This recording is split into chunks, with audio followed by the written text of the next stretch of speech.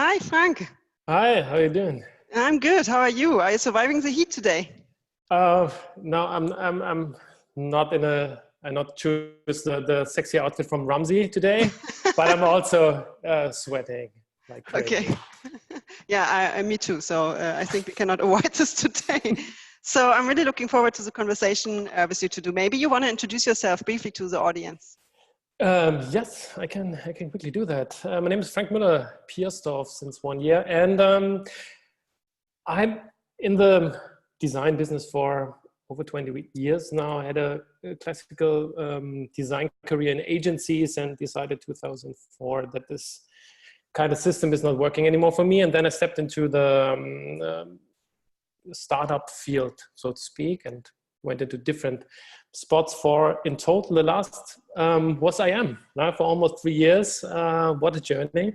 So fantastic to be invited to this webinar. Thanks for having me. And from there, strangely enough, I changed to the dark side, to BCG, Boston Consulting Group. So, and some of you might ask, yeah, what is a designer doing at the Boston Consulting Group? And this will be part of our talks because there are a lot of opportunities, I think, for designers that you might not know of. Okay. Cool. Thanks for the introduction. It's a very interesting resume. I had a look as well at it, and I have some questions later on regarding some of your career steps. But first of all, I know the title of our conversation is around innovative design. So maybe you can answer briefly for our audience, what is actually innovative design from your point of view? Yeah, it's pretty straightforward. So what is innovative, right? You're not satisfied with the status. And if you look at everything that is ongoing and it's up and downs and coming back, like also in a fashionable manner, this is equally true for innovation in design. Like you're looking for different parts and you try to experiment and you try to follow that thought. You try to broaden your experience. And I heard this funny saying recently, or not funny, like I think it was really intriguing me. It's on like the instinct is compressed experience, right? So if you're looking for all this experience on all the different levels, like co-creating with different people of all kinds of fields, you get to a totally different point. And I think that this is where innovation starts, when you look where you normally don't look, like search for your blind spot. I think this is where innovative design starts. So basically confronting yourself with the new, with the unknown, basically kicks off innovation. Is that what you're saying? Yeah, I think that's an ongoing discussion, right? Every time you step out of your comfort zone, you find something super interesting that you can build on, and you can push you to that place if you want to, if you dare to. Without it, you will become better at that one craft, but that's that. Okay, can you maybe give an example for innovative design? Is there, do you have any role models? Maybe it's a person, maybe it's a product. I think it's the curiosity of all designers to play with new things, right? As easy as that. And if I look at my son, like playing with all kinds of different things over the time, like that curiosity that is never getting fatigue of innovation or something new to play with or to recreate stuff with Lego and whatnot, right? That ongoing passion, and Ramsey was mentioning it in terms of art, right? And if you consider art as very egoistic design, it's a bit like that, right? You're trying to pursue that passion in various forms. There is no classic role model. I think there is so much inspiration out there. I was heavily inspired by Müller-Brockmann, Swiss designer, like an icon on its own, because he started as an illustrator and he was pretty good. And all of a sudden he thought, like, there's too much in my work that I do for others, right? So I have to step back as a designer because I'm in service of that product. I think that's a very interesting take. Not like today's like designers are sometimes the superstars or the fancy guys or the people with a crazy haircut or whatnot, right? But they should, if they work or like they follow their passion, they should disregard like all this egoistic like approach and follow their instinct and their passion more than the image that they want to be. Okay, so is this basically also the tip you would give our audience if there's someone out there who says, okay, how can I be more innovative, to basically not be egoistic, but put, you know, the purpose in the focus, or the product in the focus I'm working on? Yeah, it's a tough one. It's, I think it's, yeah, the purpose is with no doubt like the core of everything, where you follow, why you join a company, why you build a company, or why you do your thing as you want to do it, as you're following that one idea. In terms of innovative design, like to bridge that, I think it's being never satisfied. And I saw along the way a lot of designers, they got satisfied over the years for various reasons, for good reasons, good or bad, but they got satisfied with what they can do, right, with what they can bring. So they get into this repetitive habit of doing things over and over again, and then all of a sudden they're in a kind of a life crisis, asking themselves, what I'm doing here, it's so boring, I'm doing this thing, yeah, I know it's good, but it's not like getting better, right? It's a weird thing. So more than that there's an advisor, look at these people, it's more like keep going, right? Because sometimes I know, like when I talk to my team, sometimes if you come with a new tool or with a new idea, a new methodology, I can see sometimes the faces being, Jesus, not again, right? Another thing is popping up. Why is he bringing that? And the truth is, I don't know. Somehow it was inspiring, right? Inspiring, and potentially there is something to it. Maybe that can create an innovation, but you cannot force it, but you can search for it, right? And I think that mindset of pursuing that passion and trying new things, I think that at least for myself, I cannot speak for others, but at least that keeps the drive in my way on designing. I think you were mentioning something with your kid earlier, like keep the curiosity alive. Mm-hmm. Would you agree that innovation always goes along with change?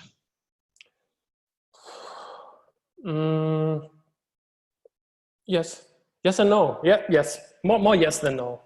Yeah. Yeah, you build on top of things, right? It's not that you have to disrupt things totally or make something totally different, right? Innovation can also be like a slight layer on top of each other, and you iterate on things. Like, and if you look at in terms of product design as it is done, it is an iterative process to get better, to understand it, to get better, because you will not like, well, that's the innovation, this is the idea, and we'll execute exactly to fulfill that one vision that just popped up in my head. This will never happen, because along the way we'll have these discussions. You will build on that, or you will like basically ditch it because you think, yeah, that was interesting, but no, we will not pursue it.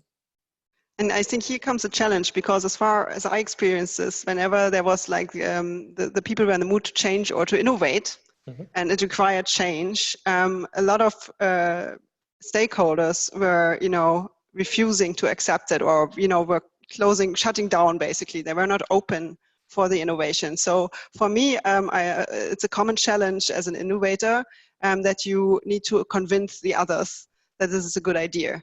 Did you ever make similar experiences? Absolutely, but it's not a trick, but it's a method that you can apply, right? It's to let the people look inside your head, like try to. From the very first day you thought about this and build that narrative so they can understand it from that beginning of where it got interesting for you and how it built up and why this is now the thing. Normally people go open the door, hey, I have the great idea, boom, right? And now deal with it. That is of course like causing question marks, because we all are super busy. There's so much going on, and why should we now dive into this? Like right away. No way that this is happening. Going to happen. So therefore you have to reconsider like that. If you want to really pitch it in an interesting manner, you have to reserve a seat in your train of thought and bring them to your result of that thinking journey. I think that's how you could potentially do it. I personally made the experience, so I agree, and I personally made the experience that visuals really help. So if you can visualize your idea, it's much easier to communicate it and to convince people. Would you agree on that or disagree? Absolutely. It's even the other way around. Sometimes if like, especially you can guess, like in a designer consulting space, it's so complicated, and sometimes I sit down and I draw an image to get the things right, to digest it for myself. So I do the opposite, right? I try to find images so I can make sense of what I somehow feel is going on. And absolutely, yes, to your point, that helps greatly, because it prevents you from the thinking, and this happens in everybody's head, but having that discussion around something that's in front of you, it's like an artwork, right? You can connect differently. It's a different entry point rather than going from the rational. It's more like, wow, there's excitement, right? And if you trigger that excitement, people will be there, right? They will buy in, or like they will be at least interested and start to think about it, and that's already something. So innovation should always trigger excitement. If you have the right people, you share the excitement. Yeah, of course. This is where the magic starts. Yeah. Okay. What I actually attended a TED Talk, and you had a presentation which was not visual but was actually based on sound, right? And if I'm informed correctly, then the topic was inspired by the repetition in our daily work lives. So the question from my side would be, how did you come up with this idea? How do you see sound as a way to make an idea understandable? Mm-hmm. Wow, multiple questions. So sorry, maybe let's start. Maybe let's start with, how did you come up with this idea? But to the audience, I can actually recommend the video. We will later share the link. Yeah, thank you. So I came up with the idea. So it was all around the new ways of working and how we should basically reconsider to work together. That might not be true for a startup like I am, which is differently, where the setup is totally different. But if you look at big companies, it's very, very hierarchical, right? Very old structures.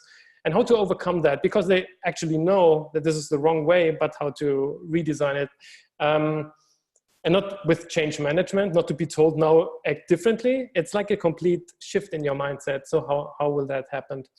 In that territory of thought, I was considering the role of how we are dealing with our daily lives in the job, right? There are so many repetitive action things that add on top, like loops that create other loops, like you kick off like a Slack message that creates a thread that comes to another thread, or an email, back and forth, social media, all these loops adding up, and there's so much noise. And we sometimes feel super overwhelmed. I do, maybe you as well. It's so much. How do you separate the interesting from the just like the pieces that distract you or distort your concentration? So with that in mind, it's then a very easy concept if you're like going through that thought process on, okay, I built up loops on top of each other until you are at the point where this is only noise. And if you look at music and have all the frequencies distributed, it's basically that white noise sparkling kind of sound where is this right? For the more seasoned people in the room, it's the when you look at the TV screen with nothing on it, right? That kind of sound.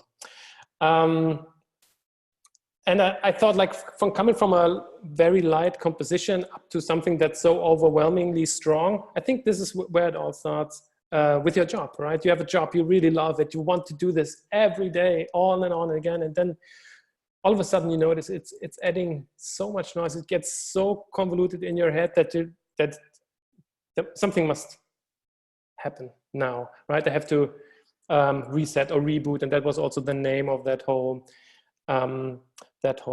event.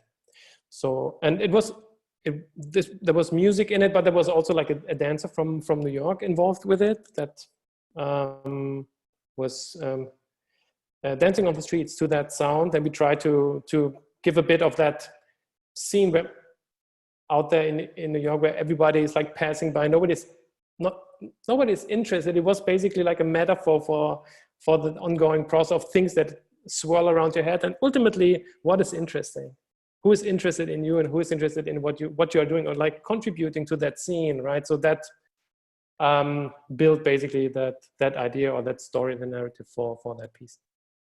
Okay, just for the audience, if you now are curious and you want to watch this video, it's called Circular Escape, and it's from a TED Talk from Frank Müller-Pierstorff.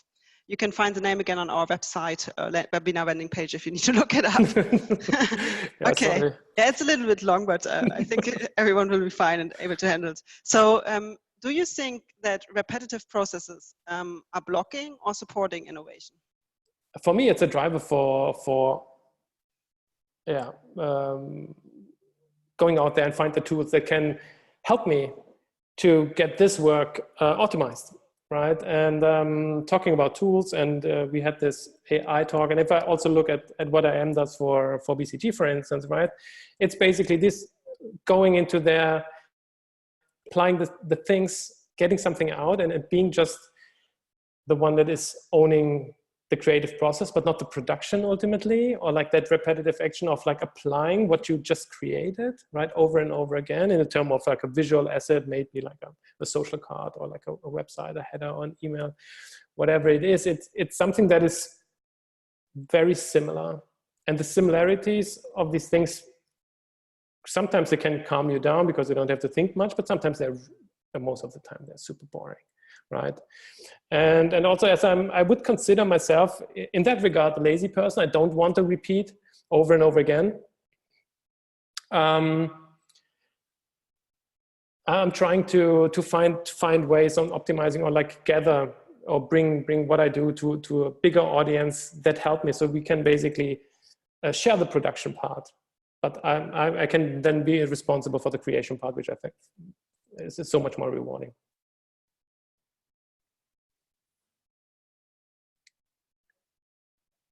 Somehow I lost your voice. So now it should be better. Sorry, my mistake. I always mute the microphone because I think then maybe the people hear you twice. So that's why I muted. But now it's on again. So the question is a little bit around your current position. Your current position is at BCG, and it's about you know, how do you tackle and ensure regular innovation within Boston Consulting Group? I mean, it's a kind of a conservative business, right? Mm-hmm. So how do you tackle that? Yeah, that's a good one. So how do you do it from the on a regular basis? And that goes back also to innovative design. So if you think of working in the brand department, mainly how you keep something like that visual language for that brand fresh and not stale. And for the most companies, as we know, they run dry over time, right? Using the same images like over and over again, the same setup. Nothing is changing. It feels super stale. And that all reflects to the brand, of course.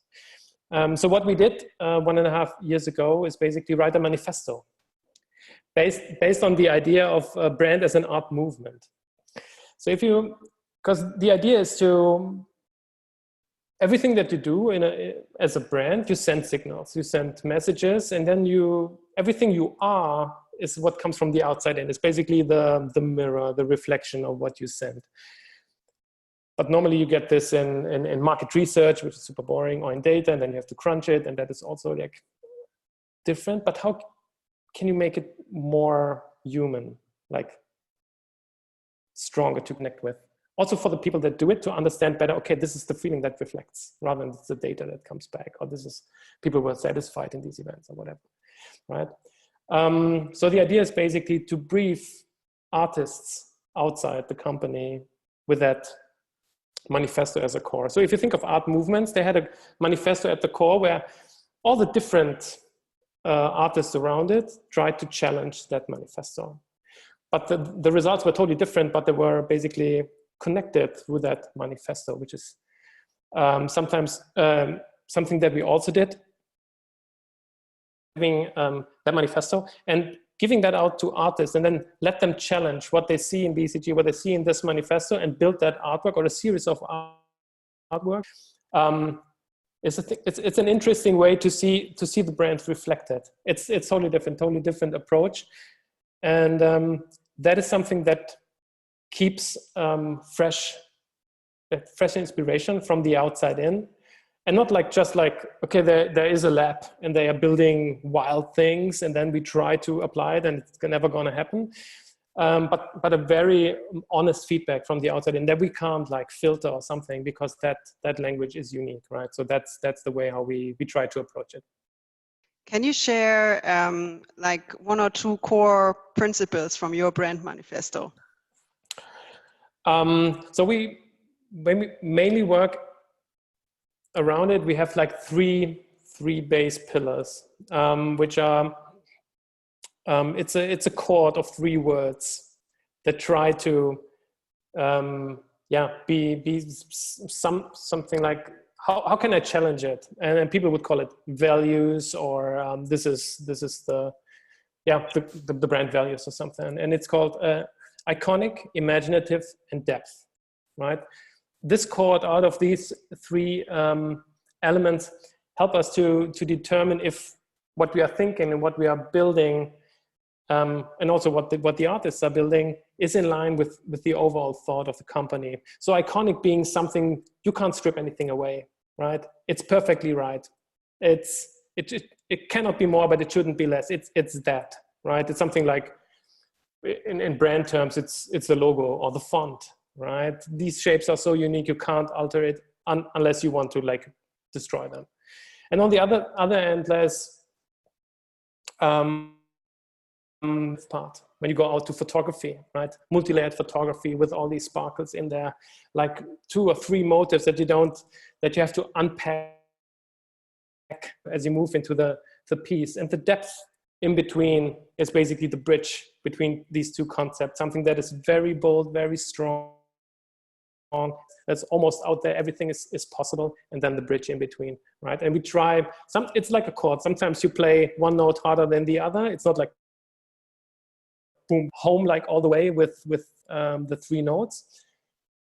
So this is one of the principles we look at. There are a few more, like it's around like the manifesto. Well, thanks for the insights. So when you were creating this manifesto, how long did it take you to come up with something that sounds very huge? Manifesto. It doesn't sound like, it sounds like, the wording I know is brand Bible. So I guess it's different wording for the same thing. How long does it take to come up with something like that, from your point of view? With something like this, first of all, we did the purpose work for the company, right? So we had that to be built out first, and then we basically linked into that. So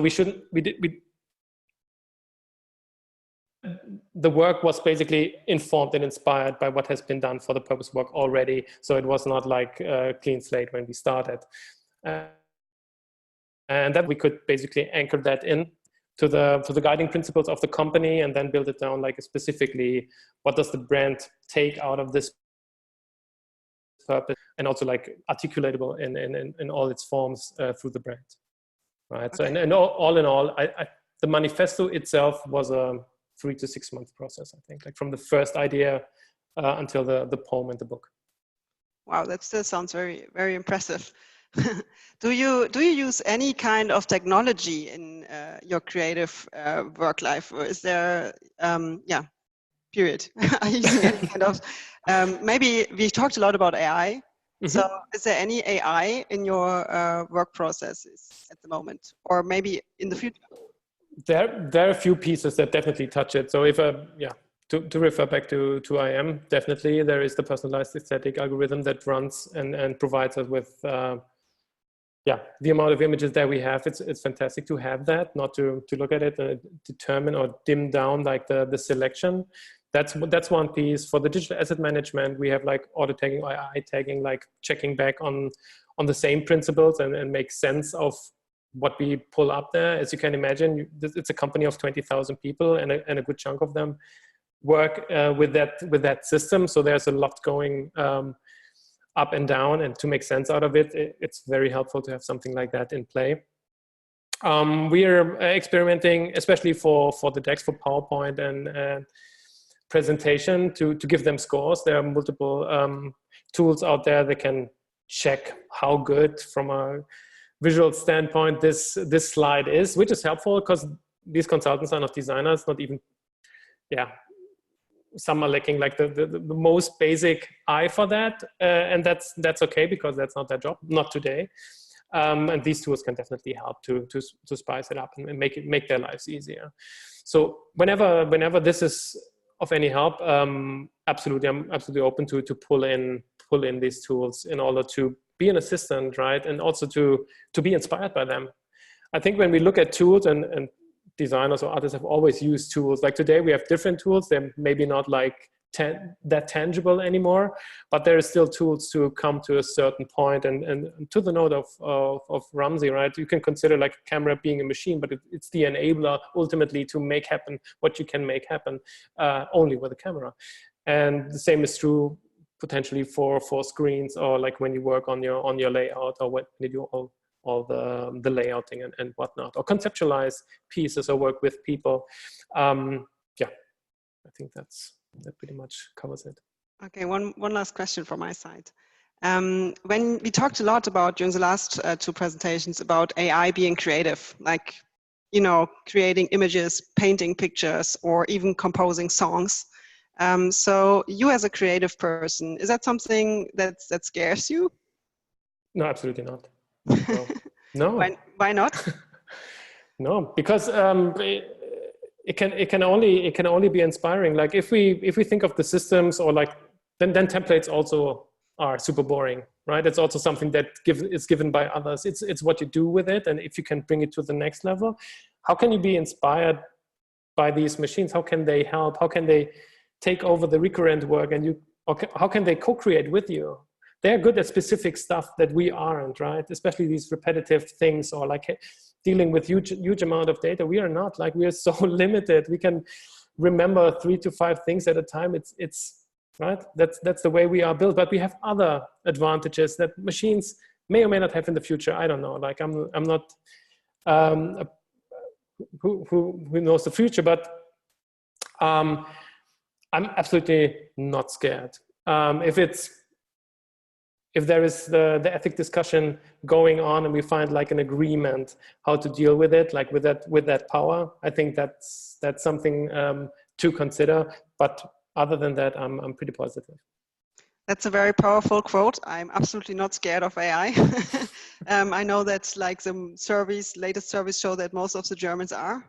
So I think that's a very powerful quote and a good way to end this webinar.